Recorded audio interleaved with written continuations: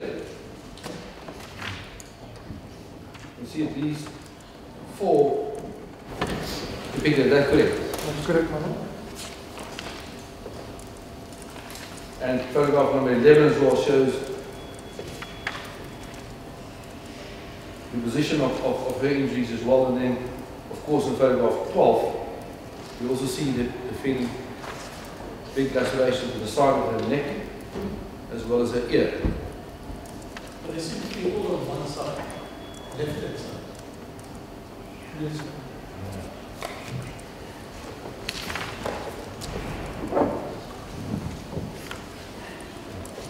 Perhaps in order to assist you, Lordship, have a look at photograph number 13 that shows the laceration also on the right hand side.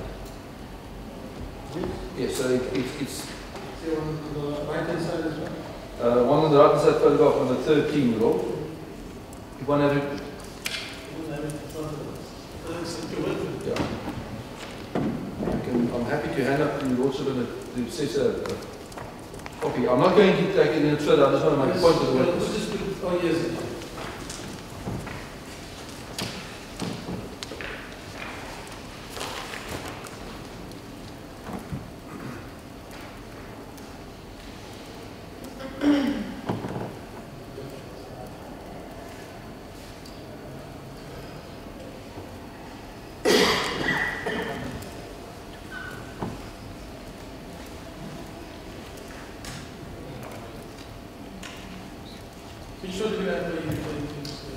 Lord, if one is regard to photograph number 13, you also would see that the photograph was taken from behind her head. Yeah, there's a small one on the right-hand side. That's on the right hand side. The measurements that is described in the report by Dr. Small, Smith and Morton. Captain, the only point I'm trying to make is, and I'm referring to this, of course, as a result of your evidence before the luncheon adjournment, that the absence of spatter stains on my client's clothes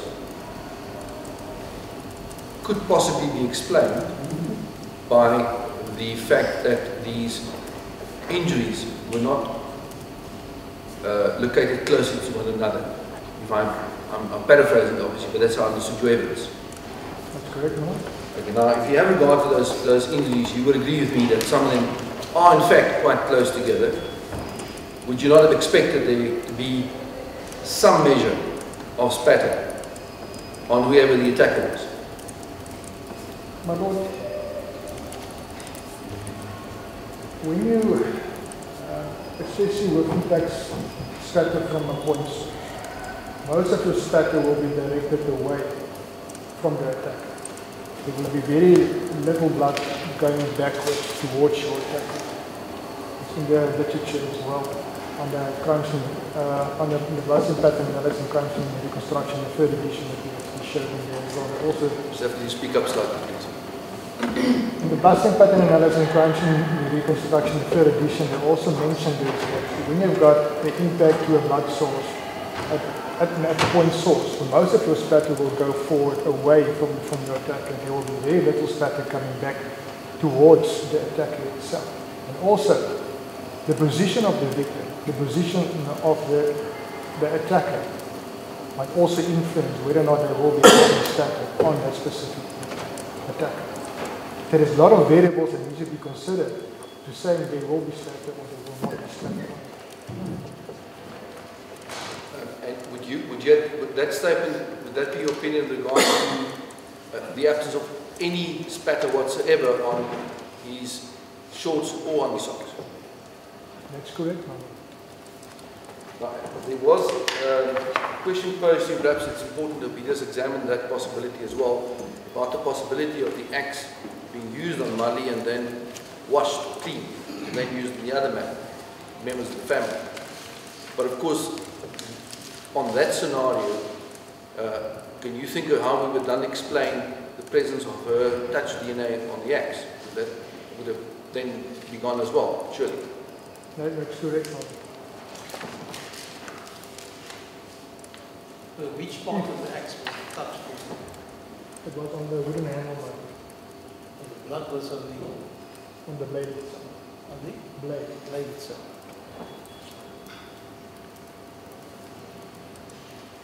And sorry, and partially on the handle itself as well. Sorry? There was blood on the handle as well, on the upper part. Yes. Again, I was just about to just ask you that and remind you, 4 of the swabs that you took of the handle as well also represented, like you said, the entire axe. That's good. And then there's one aspect, maybe I misunderstood you. Are you saying that you did no examination of the bottom part of my client's socks? That is correct, yes. Did you not even look at it? No, I did photograph it, yes, I did. But you did not examine it? No, I had a look at it, but for me, it would have been consistent if there were blood underneath the socks, because there would have been blood on the floor and you would have stepped in it. Absolutely, but I'm putting it to you from the photos I've seen, it doesn't indicate anything. You didn't find any blood underneath your socks. No, I didn't taste for blood. No. Sorry? I didn't taste it for blood. You didn't taste any of the spatter on any place in the sock, Captain. I'm putting something different to you. Did you see anything underneath my client's socks that represented the presence of blood? Did you not? No, just dark stains. Sorry, I can't. Just dark stains. It could be anything. These are just dirty stains of something walking the socks. Yes, but it's not necessarily blood. That's correct. And like you quite rightly say, that if somebody was busy carrying out these attacks, and given the amount of blood that there was on the floor, one would expect that person to step in the blood. That's correct, Madam. Did you find any markings? Of course, if you had anything on, sandals. Well, with respect, my Lord, the same witness suggested to your Lordship and testified that my client was wearing those socks when the blood spatter. Is that correct? Is it absolutely correct that when he was wearing the socks, he didn't have anything else on? He didn't have shoes or sandals? Nothing else was presented to me with regards to what the accuser had on. Just the socks and the shoes. Well, that's all you examined was the socks. That's correct. Captain, His Lordship make a more pertinent point with respect. I understand your evidence to be that when the blood shedding event occurred that created the blood stains on my client's socks, he must have been wearing only those socks. He couldn't have been wearing shoes, otherwise there would not have been those stains created on his socks. It's deceptive to say wearing socks. You can be wearing socks and shoes. No, but you mean just socks? Just socks, yes, just socks. Just in the water socks. Yes. Is that what you mean by wearing socks? Yes. He wasn't wearing sandals, he didn't have on sandals. No. If he was wearing shoes, they wouldn't have been spatter on the front part of it. Or sandals, yeah. Right. Can we now move on to another aspect? I want to ask you about your examination of the shorts of my client, Exhibit 120. I'm sorry, we had evidence of a pair of shoes. There was spatter on the shoes. We examined those. No matter. Is that You're also referring to the shoes that were found at the bottom of the stairs? Yes. I could perhaps ask We'll come to that. Yeah. You would recall that at the bottom of the stairs, on the little carpet, there were two, let's call them brown loafers, found there. Yes. Those loafers, in fact, my client is placed on record by me and in his plea explanation, those belong to him. In fact, he said that's where he obtained, and he will testify to that effect, that's where he got his cigarettes from. He used to, I'm not sure whether he was hiding them from his parents, but he left them in his shoes. Now, if he was wearing those loafers, that would have covered the top part of his socks. That's correct, Madam. And if he was wearing those loafers, socks and loafers, it would not have been possible for the blood stains to have been created while the blood shedding events occurred on his socks. That's correct, Madam. So we can safely exclude that possibility of my client wearing those loafers when the blood shedding events occurred. That's correct, Madam. Right, Exhibit 120, this in paragraph, you start dealing with it in paragraph 19. I'm not going to deal with it in minute detail. I'm going to deal with them in categories if we can, Captain. The first number of stains you classified as spatter blood stains. That's correct, Madam. And you also indicated, you said that if you examine a piece of clothing or material, a full versus a partial or a topical penetration of the blood stain on that particular piece of clothing or material would indicate whether the blood was deposited by means of spatter or non-spatter. That's correct, Madam. If there's spatter, blood is in free flight at a certain velocity, and you get full penetration. That causes the full penetration. That's correct, Madam. As opposed to contact, which would normally be topical or just partial. Correct. That's correct. Then you list from paragraph 19.1.1 up until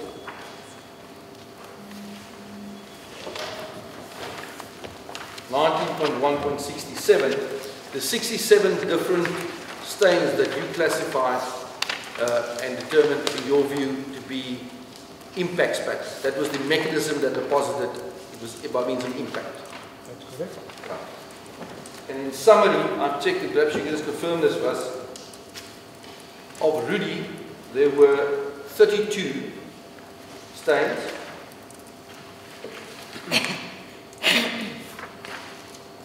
You're welcome to check them, but when you testified in chief, you had the same numbers, and I confirmed it. Which paragraph?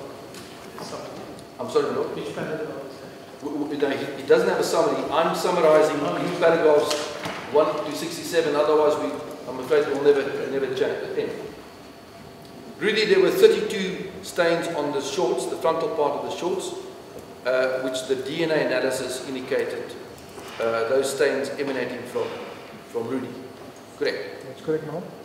And those are the 32 that you determined to be impact spatter. That's correct, Madam. Then there were also 5 of these stains that emanated from the father, Martin. That's correct, Madam. Again, we've already determined that now from Mali there was nothing. That's correct. No impact spatter in there. Then with regards to the Mother Teresa, there were potentially 2 mixtures. The one we now know that in light of the concession that Colonel Otto made in cross-examination, that would not necessarily include a blood stain that included the blood of Teresa, but it could only be a blood stain of my client and his brother. That's the one mixture. And the other mixture is one, that's blood stain number 34, a mixture of Rudy and Teresa. Correct.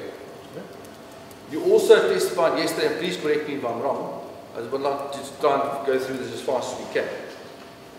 I understand you to say that those mixtures, the blood was probably already mixed when it was deposited onto my client's shorts. Did I understand you correctly? That's correct, yes. Right.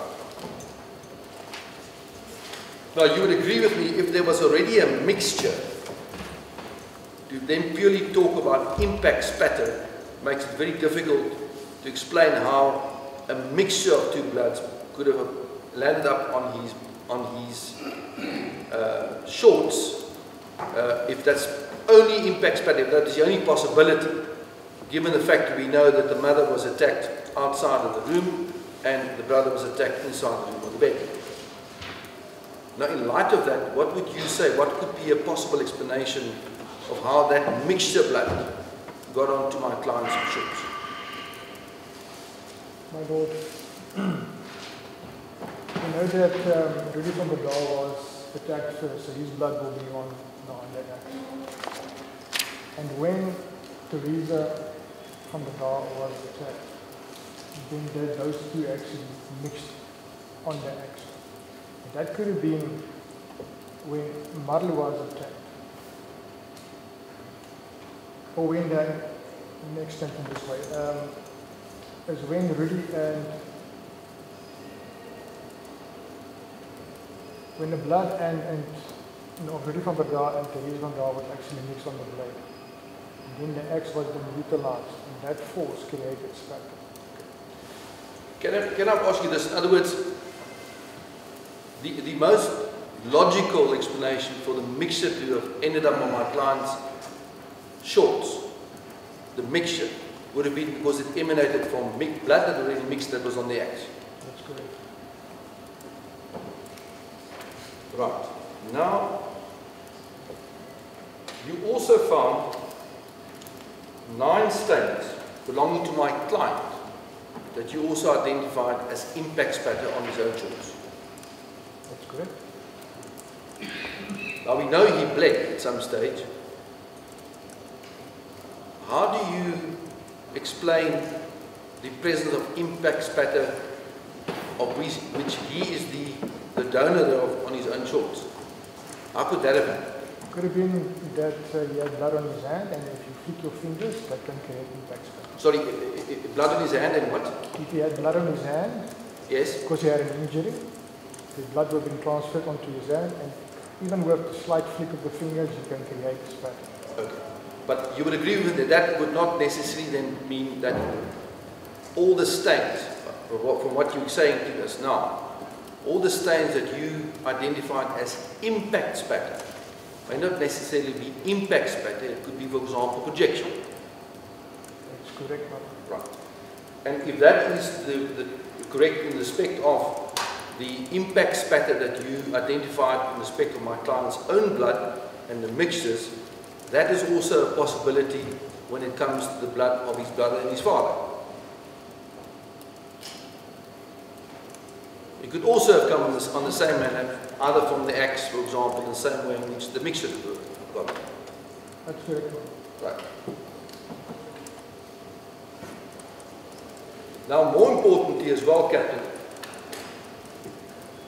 the second largest contributor to the impact spatter stains on the frontal part of my client's sleeping shorts emanated from an unknown source, correct? We don't know whose blood it is. There were 19 of those. I'm not sure there was unknown DNA or was there no DNA. We didn't receive any output, we don't know. As we stand here today, we simply don't know whose blood it is. Correct, you don't know. I don't know. You don't know. And those are 19. 32 from Rudy. He's the biggest contributor of the impact spatter, which with the, in fairness to you, with the concession just made, it could have been projection as well, some of them. But on the unknown person, that's the second biggest contributor. Sorry, but I don't understand how Mr. Botha can say there's no result. How you can say it's from an unknown person if there's no result available of those things? Come with respect. Mr. Botha, there's a difference between no person and an unknown person. They couldn't make up from one person. But exactly, that's my point with respect. The state bears the onus to prove the circumstantial evidence. Yeah. We don't know who. And at this stage, with respect, I'm dealing with an expert here, and there's a fair statement put to him. He doesn't know who it is. We can also testify who is the actual DNA analyst and who had all the information available. This was not put to her. And her testimony in chief was already that there was no unknown DNA in any of the samples that were analyzed. I don't know why Captain Huber is being asked questions, but he's already said he's not a DNA expert. He doesn't want to comment on that. And the questions weren't put to Colonel Otto when she testified who is the DNA analyst. Yes, Mr. Botha, I mean, Colonel Otto's evidence was clear. So it's really accurately.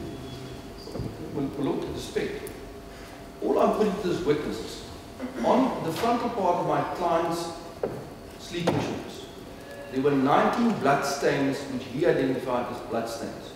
We don't know whose blood that is. That's all I'm putting to. And that, with respect, is a fair statement.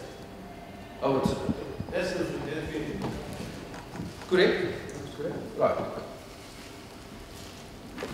Then, Captain,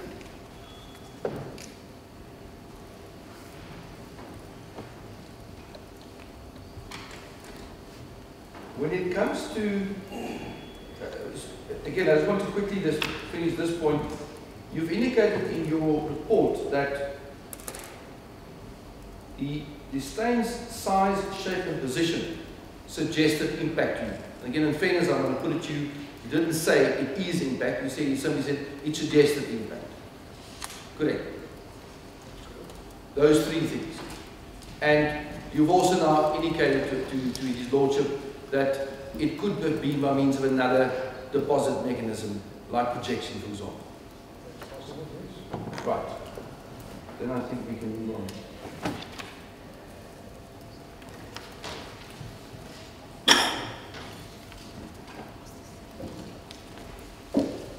Yours is being actually cut up an enormous amount of questions now.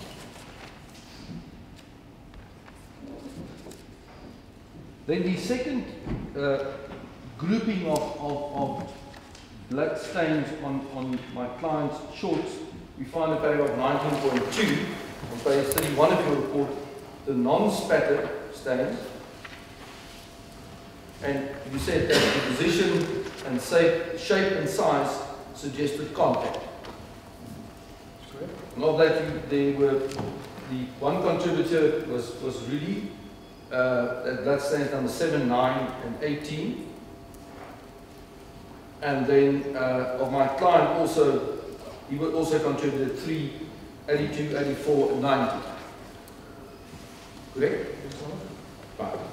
Now again, if I understand it correctly, Captain, all you are saying that my client's sleeping shorts at some stage made contact on these three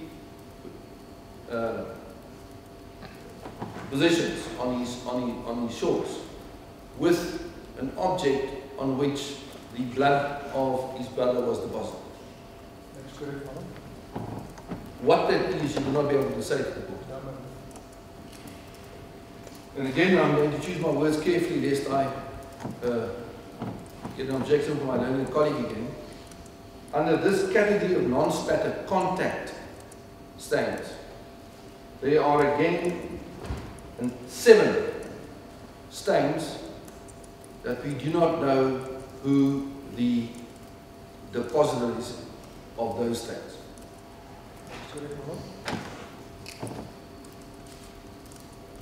Then the next category, Captain, we can then go on to paragraph 19.3.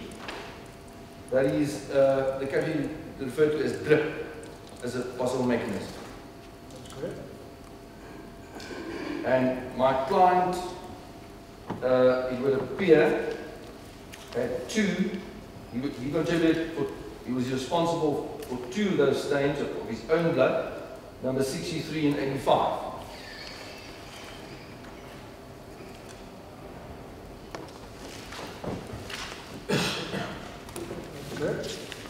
And if my memory serves me correctly, on the photographs he took, it was actually quite visible. It was actually quite easy to see that it had the shape of a drip, something that dripped onto his shorts. It's quite easy to identify if I'm not mistaken.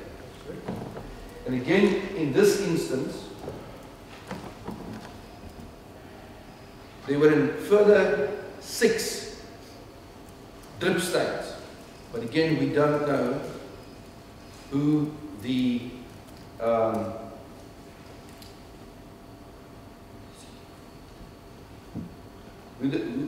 from whom it emanated.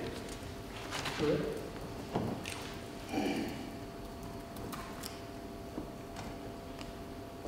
Then yesterday we also referred to the saturation, accumulation of gravity stain number 83, and then was the last one, there was a transfer of a clot, 87.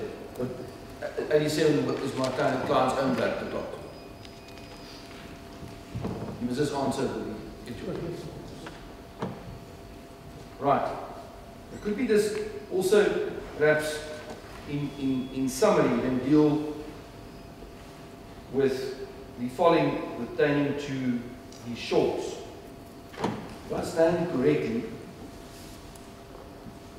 you could not find any blood stains on my client's shorts that was deposited there by means of drip emanating from any of the family members. that were attacked. That's correct.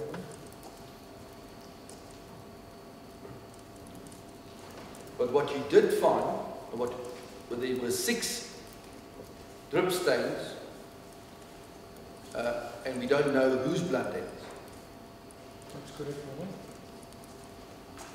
Thirdly, if I understand you correctly, please confirm that no blood of my client's blood, was not found on any of the victims that were examined. That's correct. And is it correct to say not even in a mixture with one of the family members on their bodies or on their clothing? That's correct.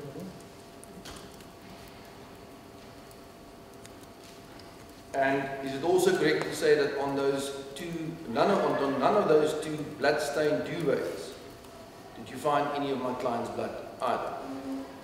That's correct.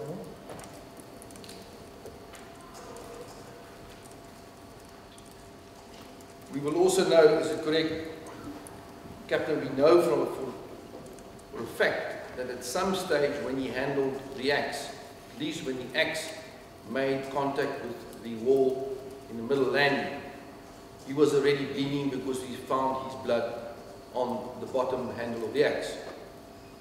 That's correct. We also know that at that stage, and you were at pains to point it out to his lordship, that the blood that was on the axe was still in liquid form, liquid enough that when it created the cast-off and cessation cast-off, especially the cessation cast-off part, that still started running down the wall, and that was caused by this pure gravity. That's correct.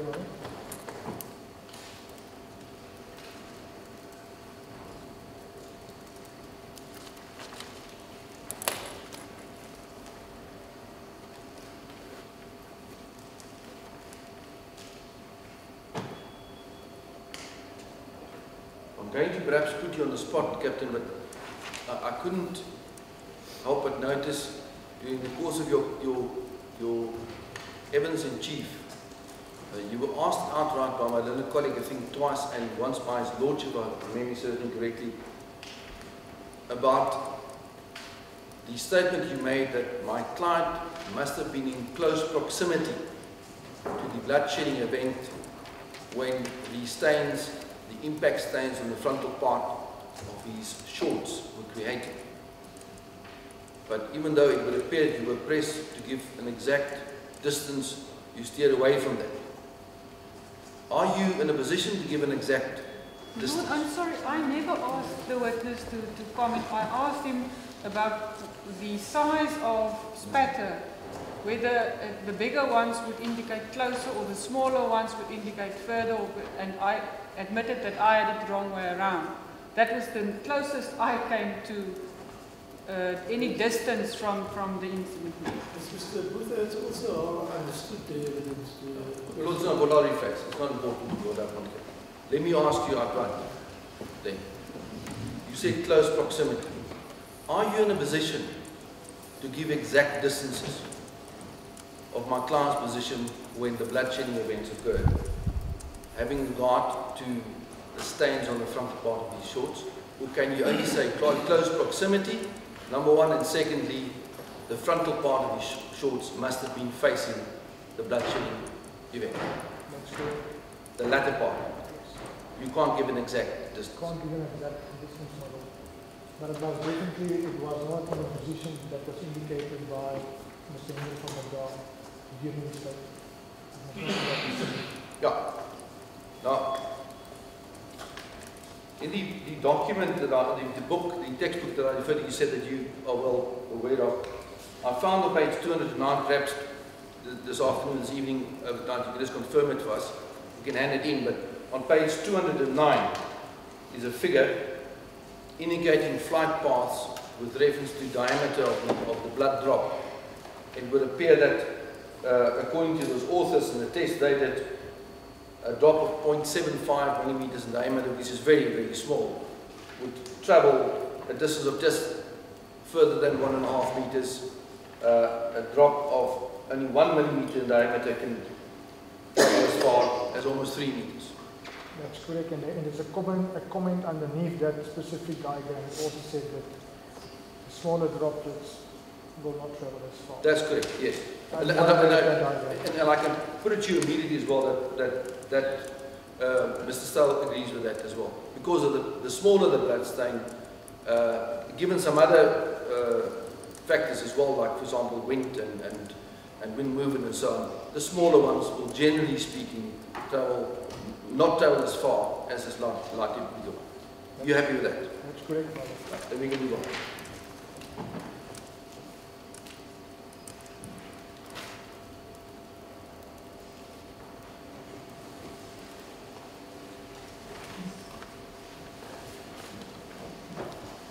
We then move on to paragraph number 22, the examination of the socks.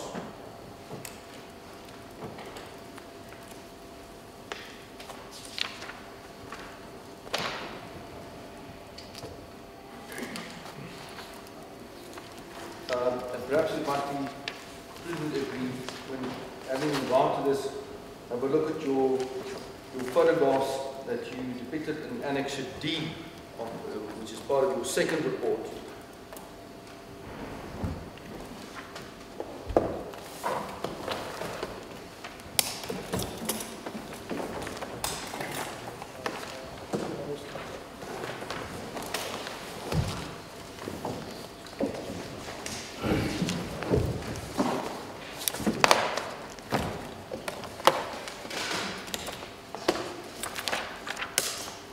I'll ask you to go to photograph number 8. So we can move on to number 9 as well. I just want us to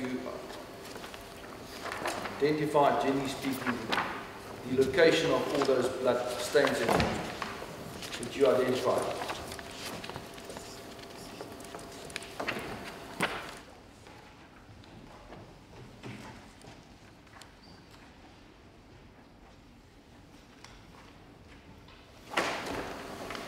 Again, I'm just going to try and summarize it, Captain, to move things on.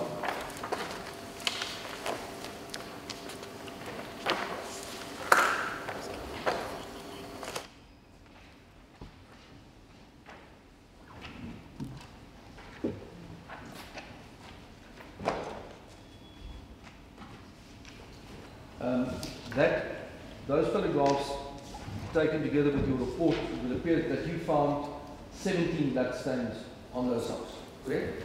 That's correct. And these 17, if somebody wears them, as we can see in these photographs, they are not underneath the socks, they are on top of the socks. And on the side of the sock, one sock. And one is in fact on behind the rear part of the one sock. That's correct. And again, in summary, it would appear that Rudy was the biggest contributor to these stains. Altogether, 9 of these stains belong to him.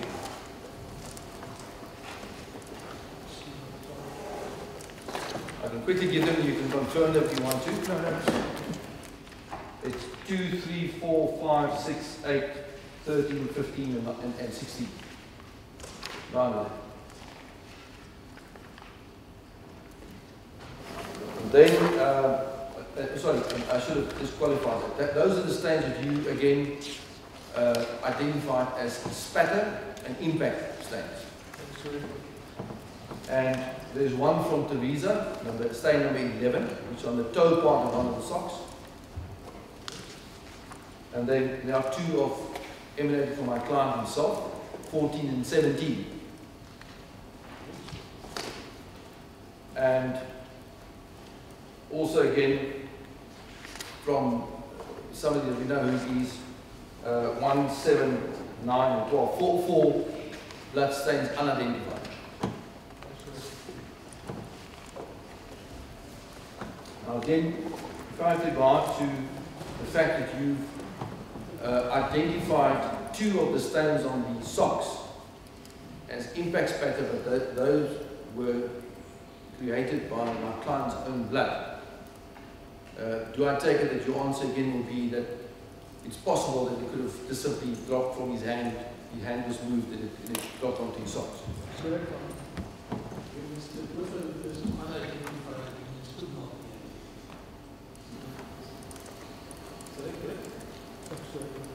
Sorry, I didn't hear you. When you say unidentified blood spatter, I mean those could not be identified. Rather than unidentified means they belong to some unknown person. A little bit of respect. We didn't have any evidence that they were unable to identify. We only have evidence that we don't know what the result was. Yeah. There's no evidence that said they couldn't get the result. And with respect, the state bears the onus to prove this. There's no evidence suggested it belonged to a third party. We don't know. Well, we don't know. But for purpose of what I'm asking now, Captain, we've already confirmed that it's possible that it could simply have dropped from my client. Blood of my client was on his hand, dropped onto his sock, and that explains it. That's good. Would it also have played a role, and before I ask you the question, I've seen from the literature and my instructions from Mr. Staley is that when you are dealing with blood stains on clothing, on material, that the literature is rife with cautions that you have to be very careful in examining and making findings about blood stains on clothing, simply because material differ and the blood stains react differently to different materials. That's correct. Now, I'm not sure who was wearing these socks on photograph number 8, whether it was you or a colleague of yours. It's a colleague of mine. You don't perhaps know what size shoes does your colleague wear? No, I must guess, it's size 9 on the pair. My client wears a pair of number 12 shoes. These socks are made from a stretchable material. Correct? Correct, yes. Now, if he is wearing those socks and the material, because his feet simply is larger, would stretch out the sock slightly. And blood is then deposited onto that material. And when you're examining it, of course, without somebody wearing it, it could indicate impact spatter, a full penetration, but that could simply be as a result of the material that's stretched when the deposit is made. Is that possible? My Lord, I examined the spatter up close. And one of the criteria with regards to, if you look at transfers, you're going to look especially around the edges of that specific pattern. You're going to look for coated fibers. Because if there's transfers, it will be some of those fibers, because this is what we call, it's a knitted sock, and we call it staple fibers. It's made up of staple fibers twisted together. Yes. Some of those fibers or filaments of those yarn will then be coated with blood. So that is what we are looking for. So if it were a transfer, you would have find some of those coated fibers surrounding the area of the specific. Okay. Let me put you at ease immediately. Not even Mr. Steele is going to suggest that this is all transfer patterns. All I'm trying to examine is, we accept, and he's told me, he's the expert, he accepts that your categorization of it being spatter, he has no problem. It is your sub-categorization that impact is necessarily the deposit mechanism that I'm examining. I think what I mean by impact is I mean by the droplet was traveling through the air and then it impacted with the surface. Then I have no problem with it. So that would also then possibly explain the presence of Teresa's blood drop on the toe of his one sock. That is correct. But then you had one non-spatter stain. It was a transfer contact that stain number 10, which was on the side of the one sock. As we look at photograph number 8, the side of the left sock. That's correct.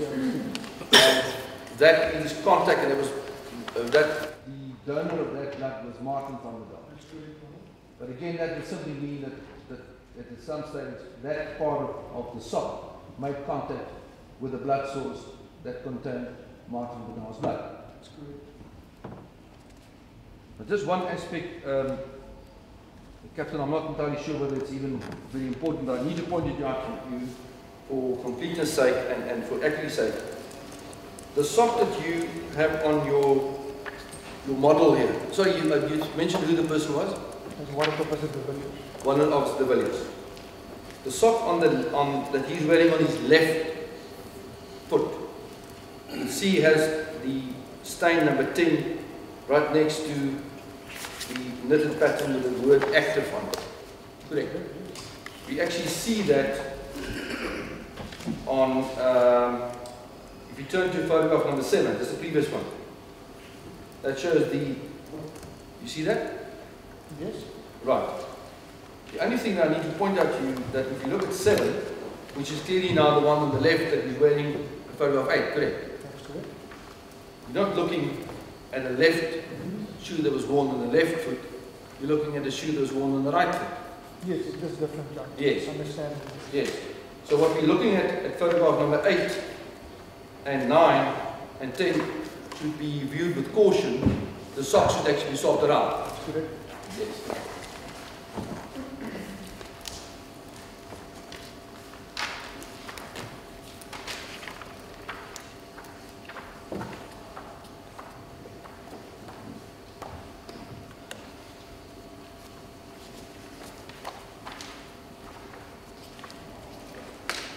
Perhaps I should just point that out because it could be confusing insofar as if one has regard to photograph 7, which almost indicates there may have been blood spatter underneath the sock.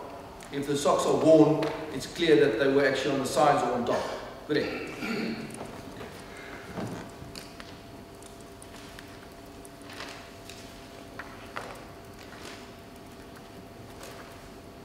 Right.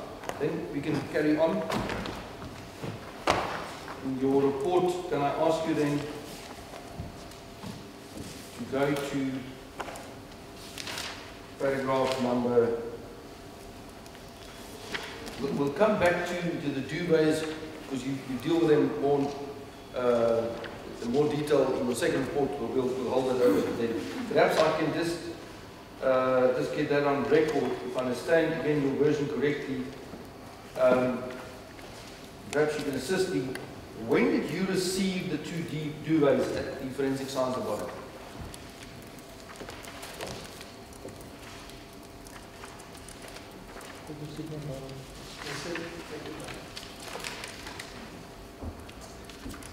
I can assist you paragraph 21, I think. You look at paragraph 21 of your report. I will make a note of that screen record.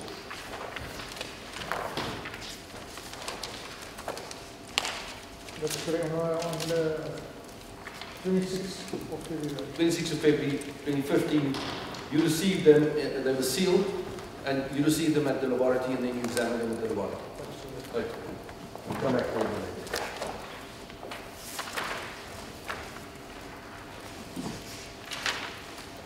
We will then ask you just quickly to go to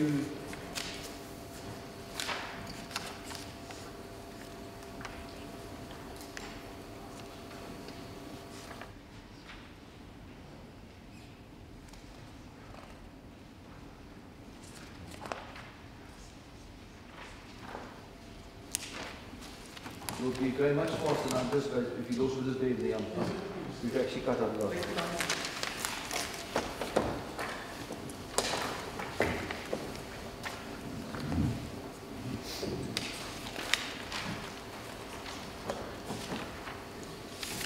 Now then ask you, Captain, to go further to paragraph 34.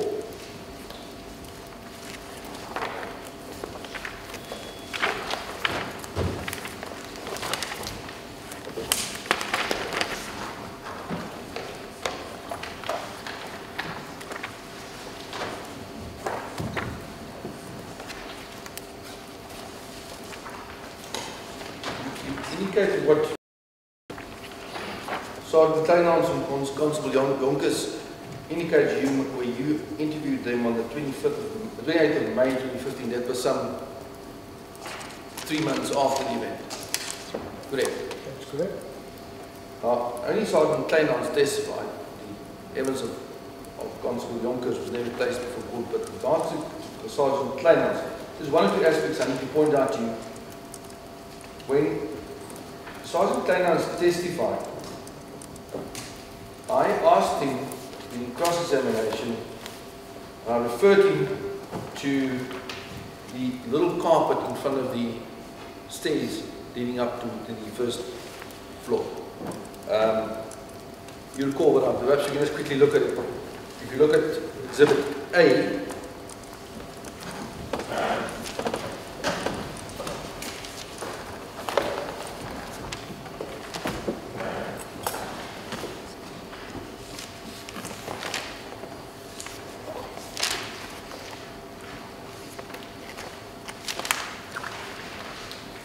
photograph number 411.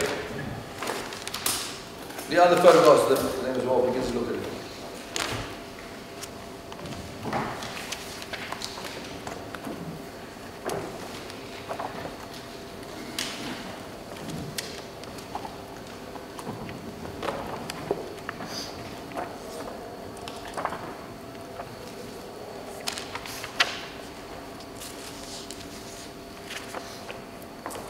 I specifically asked him whether he could recall this carpet, his evidence was given in Afrikaans.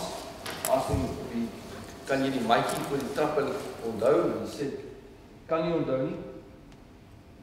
Die maatjie daar. And then I further on asked him, can you recall whether the shoes were there when you arrived there? He said, he couldn't remember that either.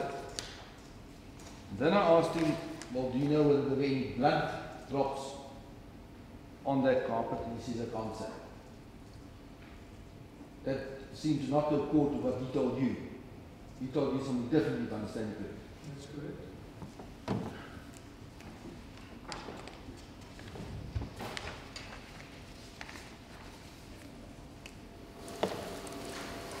You would obviously not be in a position to tell the court which version is correct now, because you weren't there. No, I don't know.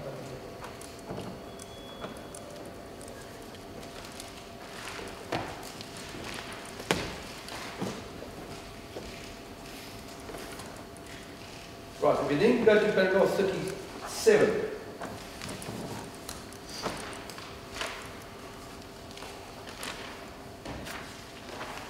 The conclusions and summary.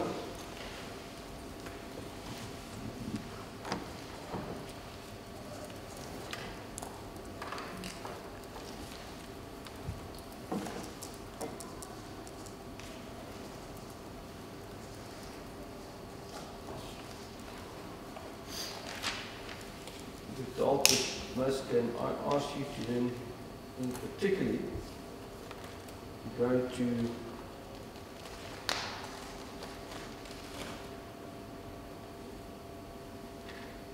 paragraph 37.8, please.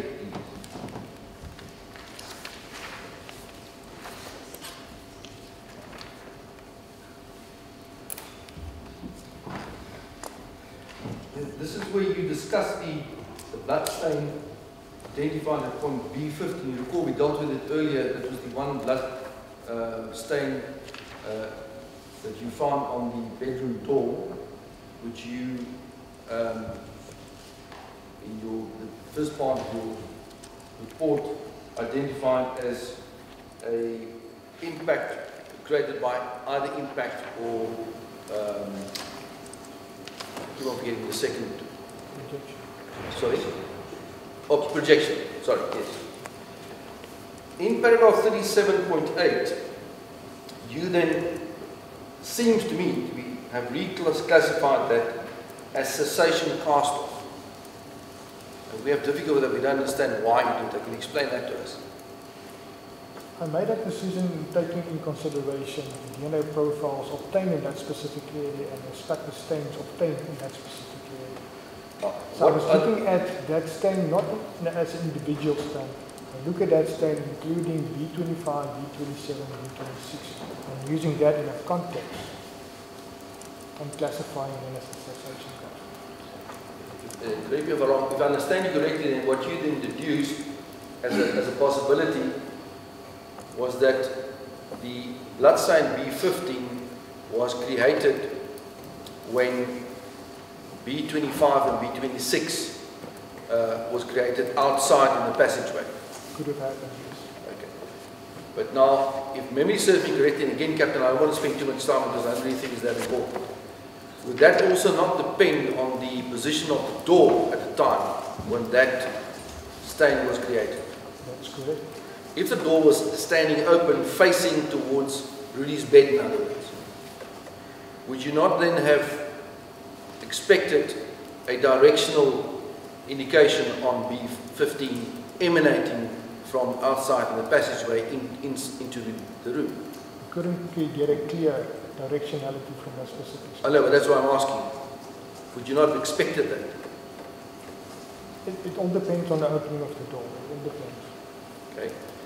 Okay, but I'm giving it to you, I'm postulating the possibility. If the door was open, he's standing at right angles towards the cast or cessation cast of it, presumably an axe being swung inside the passageway, creating these droplets and the stain on the wall, on the door.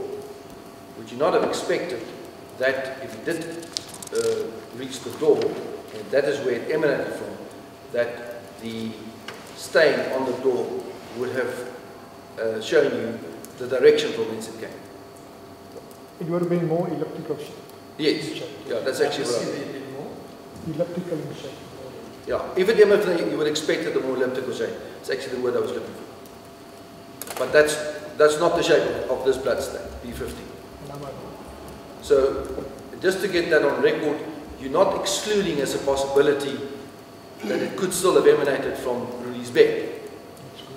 That's still a possibility.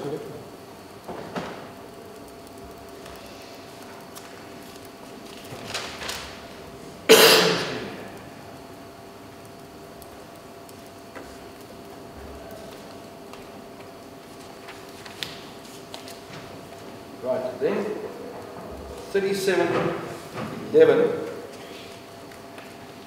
up until 3717.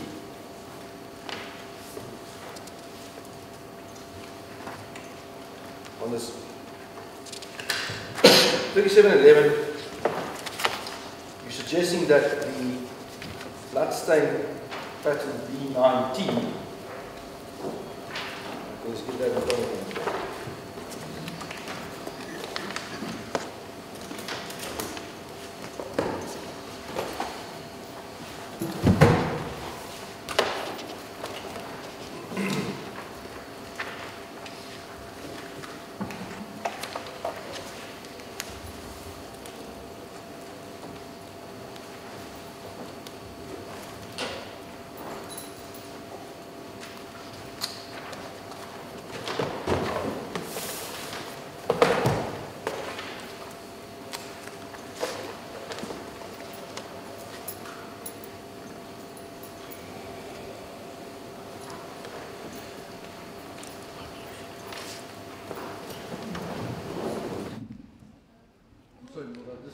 Lost my place. You want to say something? Just maybe indicated to me during the lunch adjournment that maybe the court can again adjourn at the same time. More or less a quarter of an hour.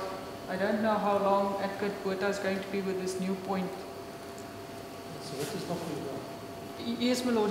Remember he was off duty for a while with it due to a back injury, my lord. So he's trouble standing or sitting upright the whole day, my lord. So what seems to be a problem?